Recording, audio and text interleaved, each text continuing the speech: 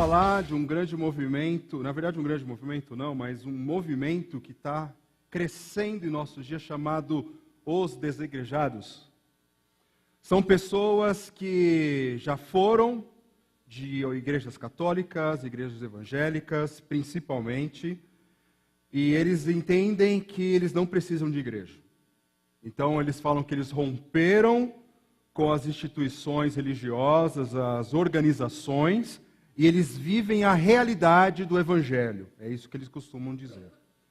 Num dos blogs que eu achei, ele fala o seguinte, que ser desigrejado é um desvincular dos lugares apelidados de igrejas, é seguir a Cristo e não depender da igreja institucional, das instituições religiosas com placa de igrejas ou igrejolas, ou igrejas evangélicas e católicas, é sair para fora do sistema religioso, negando o cristianismo. É isso que eles pensam. E eles colocam assim, com toda a sua humildade, o seguinte: com base bíblica, desigrejados têm repulsa aos pedidos de dinheiro por parte dos que se dizem cristãos, seja por qualquer definição, nas reuniões ou em qualquer momento que seja.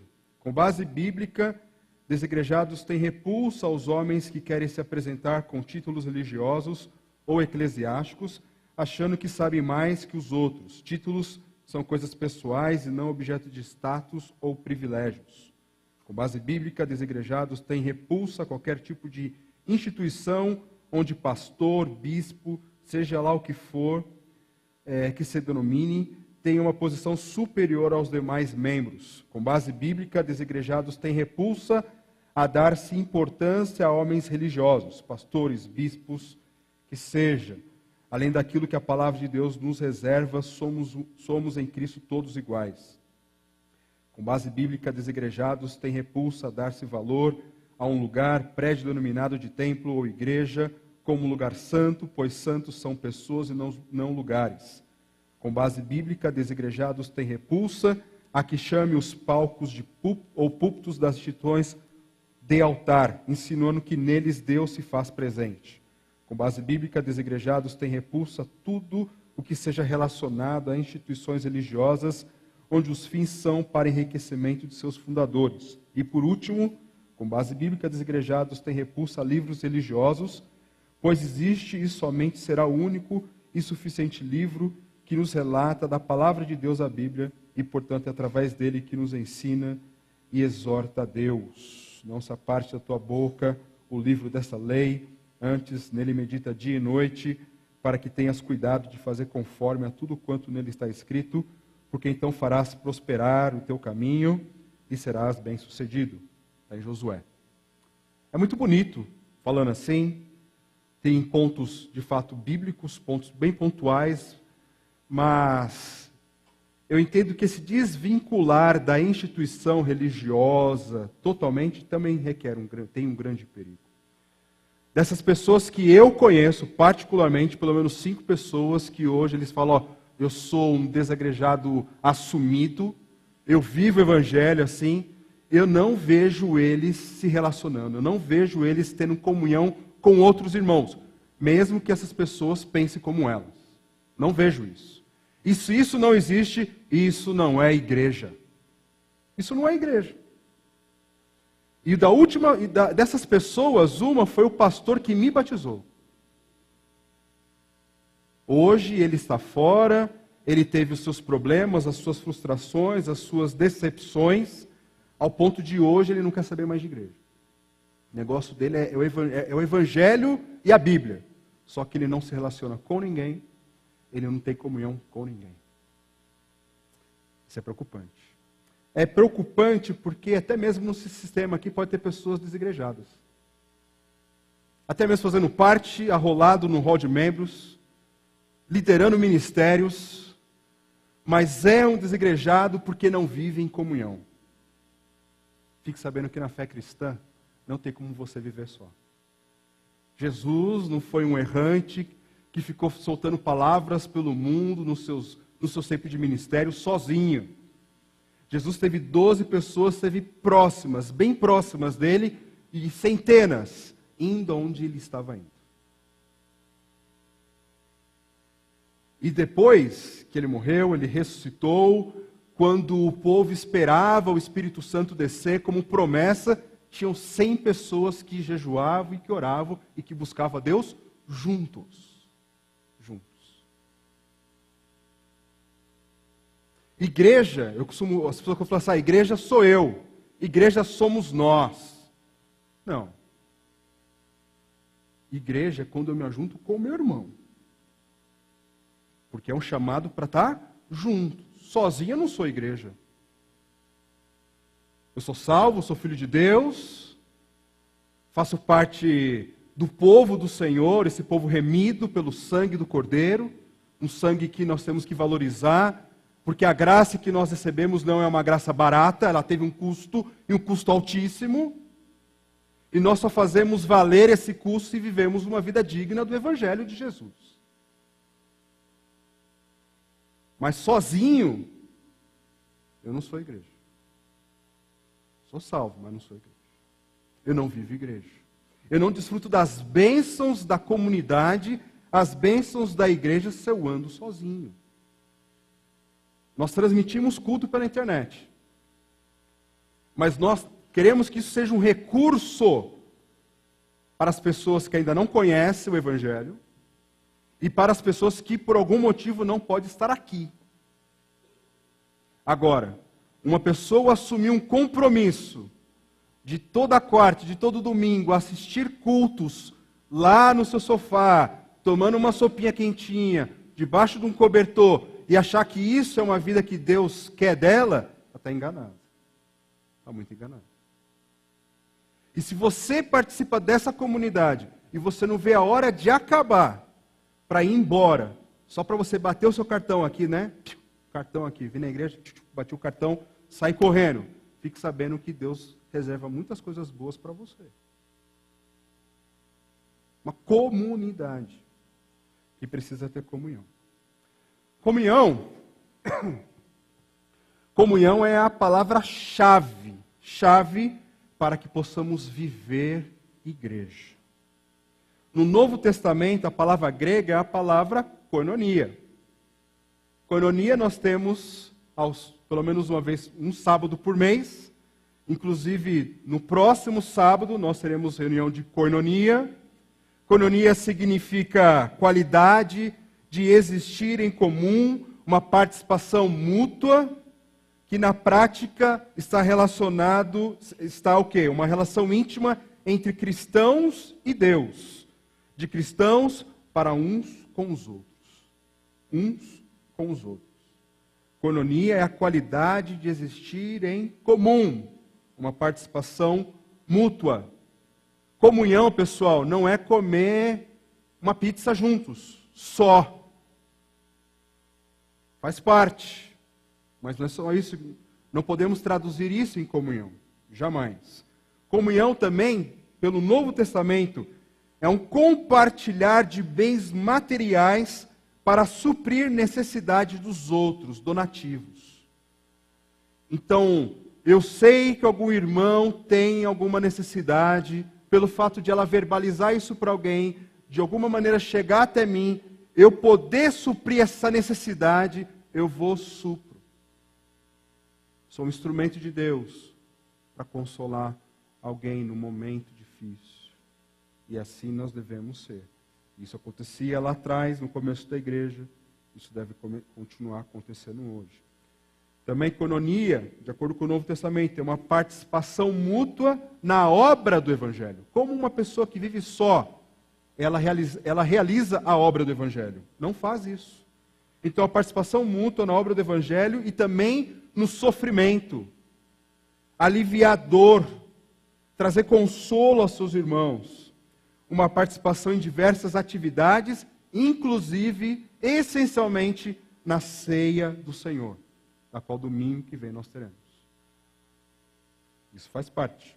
Então, podemos dizer que comunhão, no Novo Testamento, os slides, por favor. Comunhão no Novo Testamento tem a ver com aquela relação pessoal que os cristãos desfrutam com Deus e uns com os outros. em virtude de serem unidos a Jesus Cristo. Então eu cortei, é isso? Não está o slide que eu falei? Não está, então eu apaguei sem querer. Mas estava escrito, eu apaguei. Vamos lá. Comunhão, comigo, hein? Esquece isso aí. Comunhão no Novo Testamento tem a ver com aquela relação pessoal que os cristãos desfrutam com Deus e uns com os outros. Em virtude de serem unidos a Jesus Cristo, essa relação expressa de diversas maneiras. Compartilhando bens materiais, cooperação do Evangelho e manter a unidade e o amor entre os cristãos. Koinonia, nós temos, é um ministério, é um instrumento, é um meio que podemos ter comunhão. Só que isso só funciona uma vez por mês. Ainda tem férias. Chega dezembro, não tem. Janeiro não tem. Fevereiro não tem. Então em março tem a primeira. Se dependermos apenas deste ministério para ter comunhão, você terá pouca comunhão. A Bíblia diz que, em Provérbios 18:1, aquele que se isola, ele busca os seus próprios interesses e luta, se rebela contra a verdadeira sabedoria. Não tem como ser uma pessoa, igreja sozinha. Isso não é possível. Não é possível. Como é que nós podemos colocar essa comunhão em prática? Como podemos colocar em prática? Nós podemos colocar a comunhão em prática através de 25 mandamentos que o Novo Testamento nos deixa. Eram 10 lá atrás, no Novo são 25. 25 mandamentos de mutualidade, de uns para com os outros. E isso aqui traz saúde para o corpo, isso aqui traz glória a Deus, isso aqui abençoa, pessoal. Isso aqui abençoa, acredite nisso, abençoa. Então, esses 25 mandamentos, eles estão divididos em 4 grupos. O primeiro grupo é este: mandamentos que valorizam relacionamentos.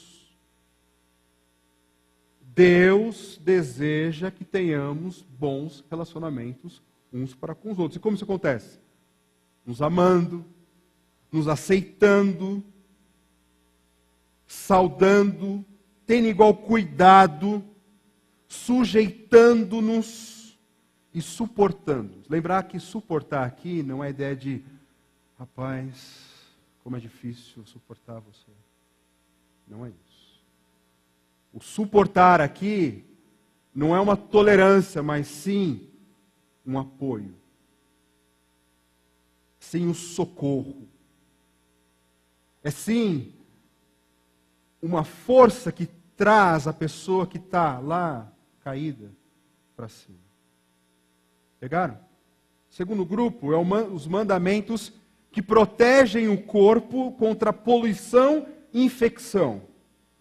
Não tenham inveja, deixem de julgar, não se queixem, não falem mal, não mordam e devorem, não provoquem, não mintam, confessem seus pecados uns aos outros, perdoem-se mutuamente. O terceiro grupo, mandamentos que contribuem para o crescimento. Edifiquem-se uns aos outros, ensinem uns aos outros, encorajem, aconselhem, falem entre vocês com salmos, hinos e cânticos espirituais. E por último, mandamentos que servem uns aos outros.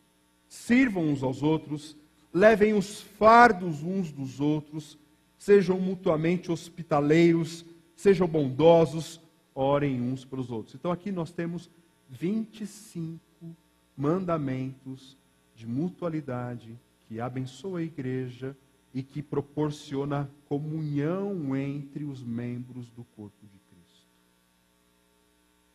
Você tem realizado algum desses mandamentos? Você tem cumprido boa parte desses mandamentos? Eu quero encorajá-los nessa noite a que façam isso. Muitas pessoas precisam receber algum tipo de bênção, algum tipo de, dentro do envolvimento, receber algo de você. Deus quer usar a sua vida. Mas Ele não quer apenas usar a sua vida, Ele quer que, usando a sua vida, outra pessoa seja usada para abençoar você também. Maturidade vem através de relacionamentos. Eu tenho certeza que eu sou um homem mais maduro do que quando eu me casei. O dia que eu casei, lá em 2006, eu sei, pessoal, 24 de junho, eu sei o dia do meu casamento, tá? 24 de junho de 2006 eu casei. Aquele Fábio não é o mesmo de hoje. Pela graça de Cristo, estou crescendo. Um lema do cristão é que dia a dia, semana a semana, mês a mês, ano a ano, ele deve fazer uma avaliação assim. O Fábio de hoje se parece mais com Cristo do que o Fábio de ontem, do mês passado, da semana passada, do ano passado? Deve ser. Deve ser. A igreja, ela vive essa dinâmica graciosa, aonde ela abençoa e ela é abençoada. Então nós vemos isso nesses mandamentos, e nós vamos observar um desses mandamentos aqui nessa noite. E esse mandamento é: edifiquem-se uns aos outros. Edifiquem-se uns aos outros. Edificar é proporcional ao que? Ao outro? Crescimento. Isso aí. Eu sei que vocês pensaram, mas não falaram. Crescimento. Então cresça, você faz alguém crescer e a outra pessoa proporciona crescimento para você. Não tem como viver uma vida isolada, não tem como viver uma vida rápida. Desacelera. É o momento de nós aprendermos. Esses dois versículos são os versículos deste mandamento. 1 Tessalonicenses 5:11.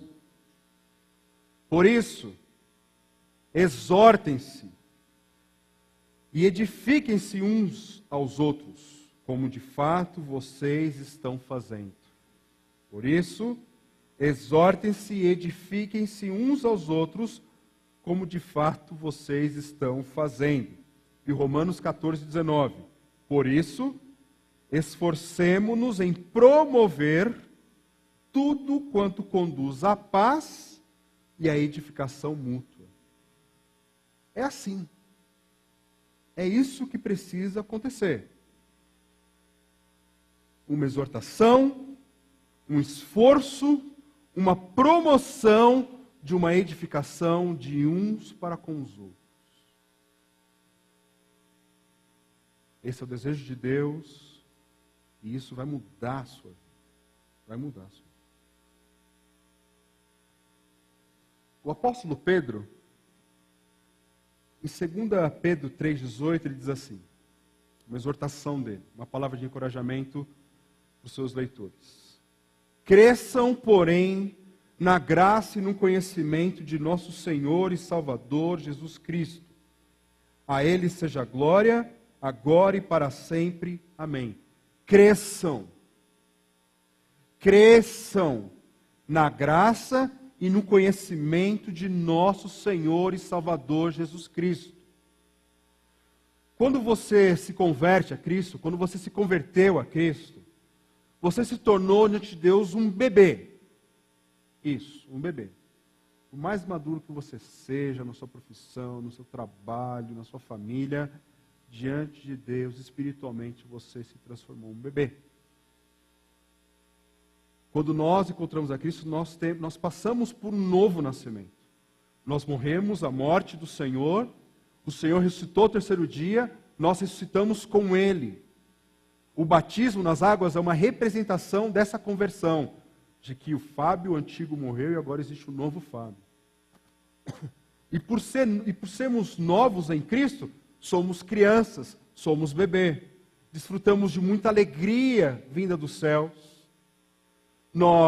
O Senhor, Ele parece que fala diferente conosco. Tudo aquilo que é novo a respeito do Evangelho chega diferente aos nossos corações. Não é verdade?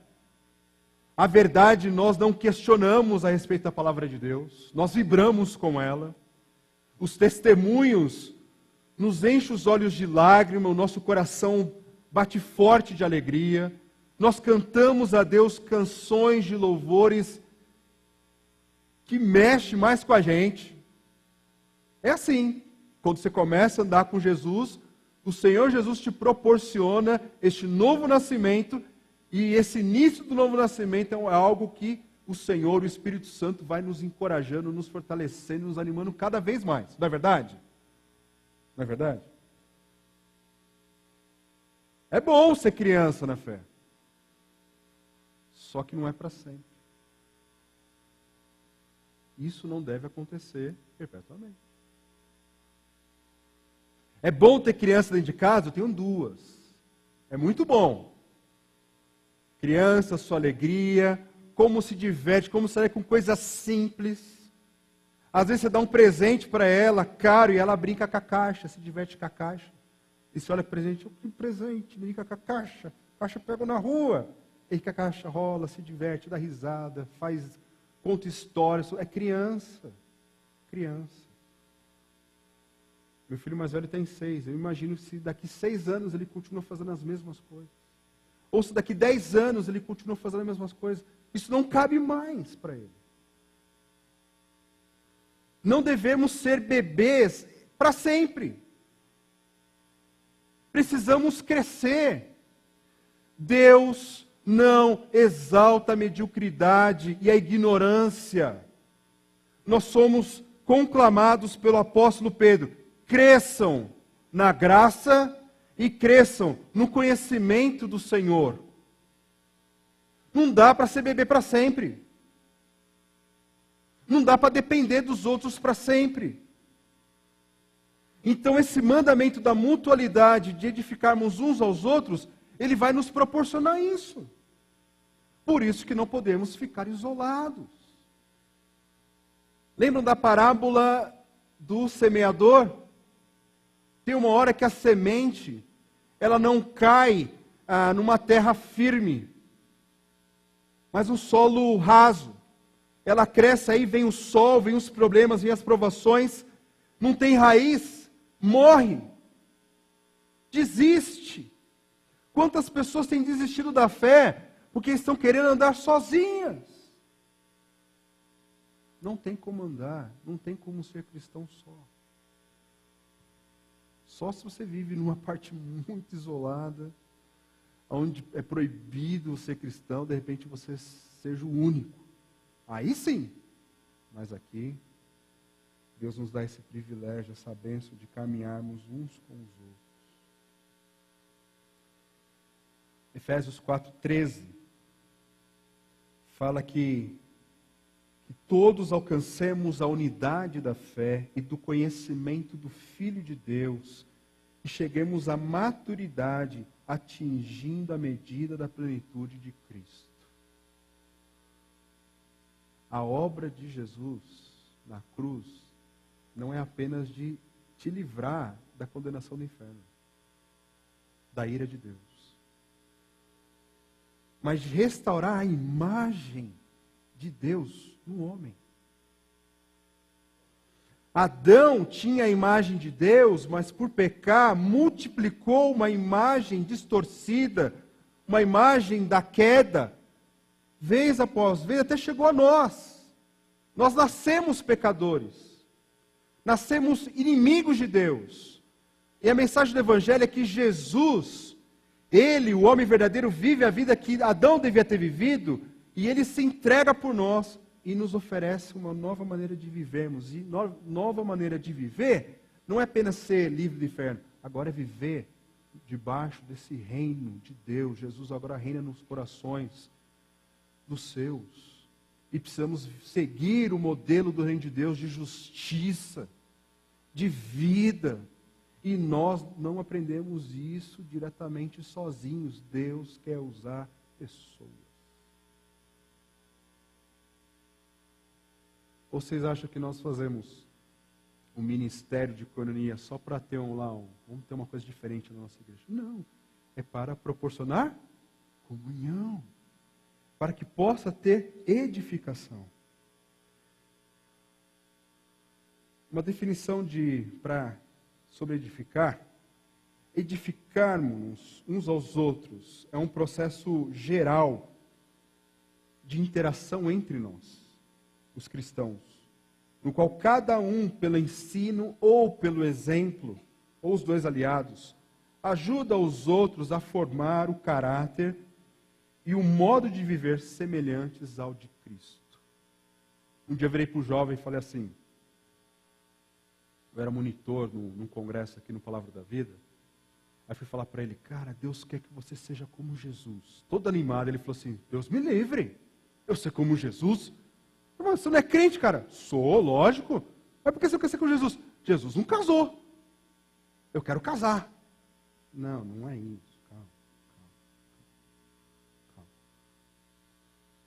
Nós temos que ser como Jesus porque temos que desenvolver o caráter de Deus em nós. O Espírito Santo habita em você, meu irmão, minha irmã. E Ele quer produzir algo para você. Ele não só te selou, ó, não vai mais para o inferno. Não, Ele quer produzir o fruto do Espírito, Ele quer dominar você. Ele quer que você tenha esperança em Cristo. Ele quer que você glorifique a Deus como Deus deve ser glorificado, através da sua vida. E Deus vai usar pessoas para isso. Um grande exemplos que temos aqui na palavra de Deus, Atos 9:31, fala: a igreja passava por um período de paz em toda a Judéia, Galiléia e Samaria. Ela se edificava, encorajada pelo Espírito Santo, crescia em número, vivendo no temor do Senhor. Eu vou ler de novo. A igreja passava por um período de paz em toda a Judéia, ou seja, foi um período onde as perseguições elas cessaram. Galiléia e Samaria. Ela se edificava, e esse edificar não são construções de prédios. É o que está falando, é proporcionar crescimento espiritual.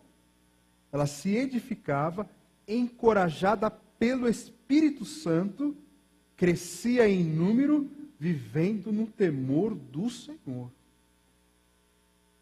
Temor do Senhor. Temer a Deus é tê-lo como um único Senhor, fazer as coisas para agradá-lo, porque Ele vê tudo, e assim vive no temor do Senhor. 1 Coríntios 7,35, estou dizendo isso para o próprio bem de vocês, não para lhes impor restrições, mas para que vocês possam viver de maneira correta e pela consagração ao Senhor. Então Paulo está tentando edificar a igreja, dizendo, ó, não estou impondo nada, mas que vocês cresçam, que vocês se consagrem, que vocês sejam pessoas que amam a Deus. 2 Coríntios 12:19, vocês pensam que durante todo esse tempo estamos os defendendo perante vocês? Falamos diante de Deus como alguém que está em Cristo, e tudo o que fazemos, amados irmãos, é para fortalecê-los. Tudo o que nós estamos fazendo é para trazer força a vocês, para que vocês amem mais a Deus, para que vocês temam mais a Deus, para que a verdadeira felicidade brote dentro do seu coração. É isso. É isso. Quem se interessa por edificar ao irmão em Cristo, deixa automaticamente de usar palavras que possam derrubar, enfraquecer e induzir ao pecado. Evitar a crítica destrutiva às ações para ofender as pessoas. Eu quero ser um promotor de edificação na minha comunidade, na minha igreja, nas pessoas que estão à minha volta. Talvez uma pessoa específica que Deus vai proporcionar a mim. Então eu vou, pela graça de Cristo, diante de todos esses mandamentos, pensando exclusivamente um, mas eu vou estar abordando muitos outros. Quando você edifica, você ama. Quando você quer edificar alguém, você se sujeita. você cumpre muitos mandamentos. Isso acontece. Mas precisamos também que edificar é bem mais do que simplesmente evitar prejudicar os irmãos. Devemos ativa e positivamente procurar oportunidades para ajudar a crescer, a se desenvolver espiritualmente. E não ter pessoas que dependem exclusivamente de você. Sabe aquela palavra que a gente chama de discipulado? É isso. Discipulado. Incentivar, ensinar, tudo isso. Você consegue lembrar, pelo menos, de 3 pessoas que foram na sua direção, que ajudou ou tem te ajudado a desenvolver o caráter de Cristo na sua vida? Você consegue pensar, pelo menos, em 3 pessoas? Você consegue fazer essa reflexão aí rapidinho? Não precisa levantar a mão, não, mas consegue pensar em 3 pessoas, pelo menos 3 pessoas que foram na sua direção e tem ajudado, ou já ajudou, e você tem crescido, ou cresceu? Eu tenho. Eu, com 1 ano de crente, teve um irmão, era o líder de jovem, foi missionário. Ele investiu 1 ano da vida dele em mim. 1 ano. 1 ano. E como aquilo me fortaleceu no Senhor. Como me fortaleceu. Hoje ele mora no exterior. Quando ele vem para cá, nunca dá certo. E aquele sentimento... Quando eu me despedi dele, em 97 ou 98, me despedi dele. Eu tive aquela percepção que tem lá em Atos, quando Paulo ele vai se despedir de um povo, e eles começam a chorar porque eles percebem que eles nunca mais vão se encontrar. Eu tive essa percepção com meu amigo. Converso com ele, às vezes, aí, pelos meios de comunicação que temos hoje, mas eu tenho a impressão que eu nunca mais vou ver. Mas foi uma pessoa que durante 1 ano investiu em mim. Orava comigo, me cobrava muitas coisas, me levou para o mais próximo de Cristo. E outras pessoas que Deus também usou para puxar a orelha em mim, cumprir esses mandamentos de mutualidade. Se eu fui abençoado, eu também tenho que abençoar pessoas. Também tenho que abençoar. Como que podemos também aplicar esse mandamento? Se interessar em aproveitar dos ministérios, dos dons dos irmãos. Todo membro recebeu de Deus uma habilidade, um ministério, que são essenciais para a edificação. Todo cristão pode edificar alguém. Todo cristão, até uma criança na fé, pode edificar alguém, por causa da presença do Espírito Santo que está nela. Nesse meu amigo, que eu falei que ele investiu em 1 ano na minha vida, eu era bem novo, ele é uma pessoa muito inteligente, muito conhecedor da palavra, uma pessoa que me levava para perto de Deus. E um dia ele falou assim: Fábio, Deus tocou no meu coração o seguinte: você vai ministrar o meu coração. Aí eu falei assim: não entendi esse papo de ministrar o seu coração. Não, você vai me ensinar alguma coisa. Eu falei: cara, o que eu vou ensinar para você? Eu não sei o que te ensinar. Olha, ele falou: eu vou no banheiro, você ora a Deus, e quando eu voltar você vai me ensinar alguma coisa. Aí ele saiu e eu assim: Senhor, o que eu vou ensinar para ele? Acho que eu vou fazer uma oração. Novo, né? Aí eu abri num texto lá de Hebreus, e o texto dizia mais ou menos assim, porque faz tanto tempo, Hebreus, acho que capítulo 6, que Deus não se esquece daqueles que o serviram. E dentro daquele contexto que nós estávamos conversando, ele estava muito triste, porque algumas pessoas tinham se esquecido dele, como um missionário. E aquela palavra foi uma palavra assim, ó, certeira. E ali foi a primeira vez que eu entendi que eu fui usado por Deus para encorajar um irmão.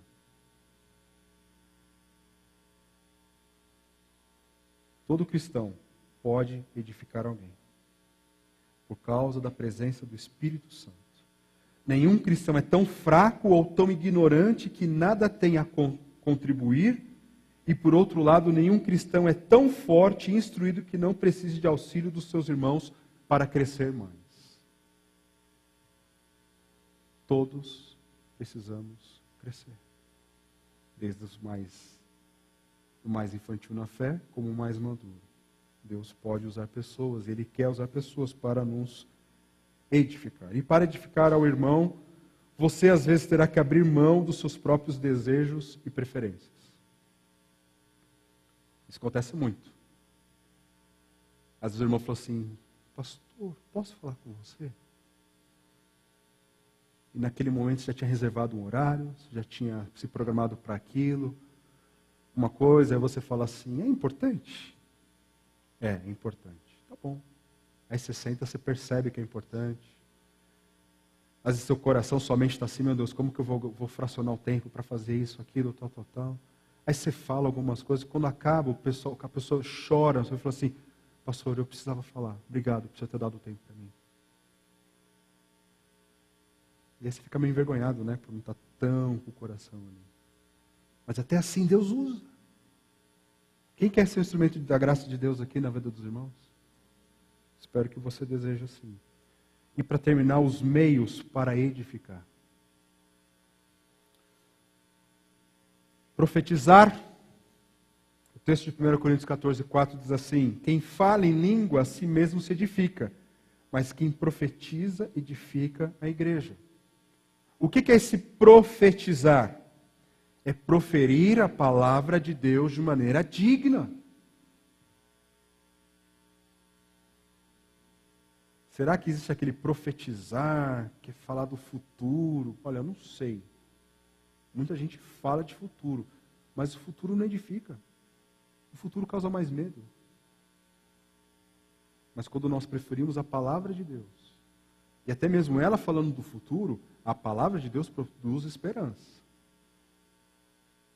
Quando nós abrimos a boca de acordo com a palavra de Deus, pessoas que estão caídas são levantadas, são encorajadas, são animadas, elas vibram com Deus. É o meio de edificar. Que você use a palavra e você profetize a palavra na vida do seu irmão. E ele é você. Ensinar. 1 Coríntios 14, 26. Portanto, que diremos, irmãos? Quando vocês se reúnem, cada um de vocês tem um salmo, ou uma palavra de instrução, uma revelação, uma palavra em uma língua ou uma interpretação, tudo seja feito para edificação da igreja. O ensino é para edificar a igreja. Porque nós temos aqui um curso bíblico dominical. É só fazer currículo, fazer parte do currículo da igreja, para estar bonito lá na placa. Nós temos um curso dominical. Não! É para ensinar. É para você aprender.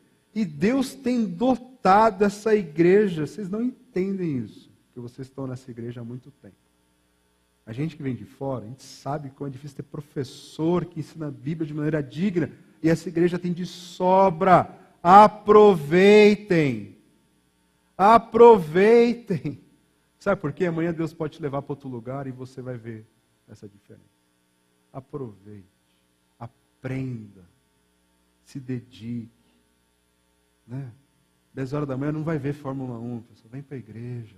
Não é pecado de Fórmula 1, mas vem para a igreja, aprender da palavra de Deus. Muitos bons cursos estão sendo ensinados aqui. Animar. Atos 11, 23. Ali chegando e vendo a graça de Deus, ficou alegre e os animou a permanecerem fiéis ao Senhor de todo o coração. Ali chegando e vendo a graça de Deus, ficou alegre e os animou a permanecerem fiéis ao Senhor de todo o coração. Eu tenho experiência de pessoas que fizeram isso comigo, eu quero fazer isso na vida de pessoas, tenho buscado fazer ao longo da minha vida. Não é porque eu sou pastor, que fazer antes de ser pastor, já fazer isso na vida dos outros, e nós temos que fazer isso, animar uns aos outros. Traga ânimo, ânimo quer dizer vida. Desânimo quer dizer algo que não tem ânimo, não tem vida, é seco. Traga, anima seu irmão. Dentro desse processo de edificar uns aos outros, traga ânimo, traga encorajamento, traga fortalecimento, para que seja firme sempre na graça de Jesus. E por último, cantar. habite ricamente em vocês a palavra de Cristo, ensine, aconselhem-se uns aos outros com toda a sabedoria, e cantem salmos, hinos e cânticos espirituais com gratidão a Deus em seu coração. Colossenses 3,16. Cante com os irmãos. É tão legal quando a gente vai numa coinonia, num grupo, alguém está com violão, alguém sabe tocar, tem alguém que sabe cantar, melhor ainda. E o ambiente onde nós cantamos, nós fazemos exercício dessa arte para Deus. É um louvor para Deus, mas é algo que traz ensinamento, traz encorajamento, traz alegria ao nosso coração. Sábado é uma oportunidade que nós temos de desfrutar da comunhão, na coinonia. Se você nunca participou de uma coinonia, tem uma pessoa do seu lado aí que participa de uma coinonia. Fala assim, qual coinonia que você vai? Posso ir na sua coinonia? Vocês vão ver. É um tempo bom, um tempo edificante, um tempo que de fato exalta a Deus. Um tempo precioso. Que o Senhor desperte os nossos corações a cumprirmos esses mandamentos para a sua glória. Principalmente como aprendemos em parte hoje, de edificarmos uns aos outros. Amém? Vamos orar.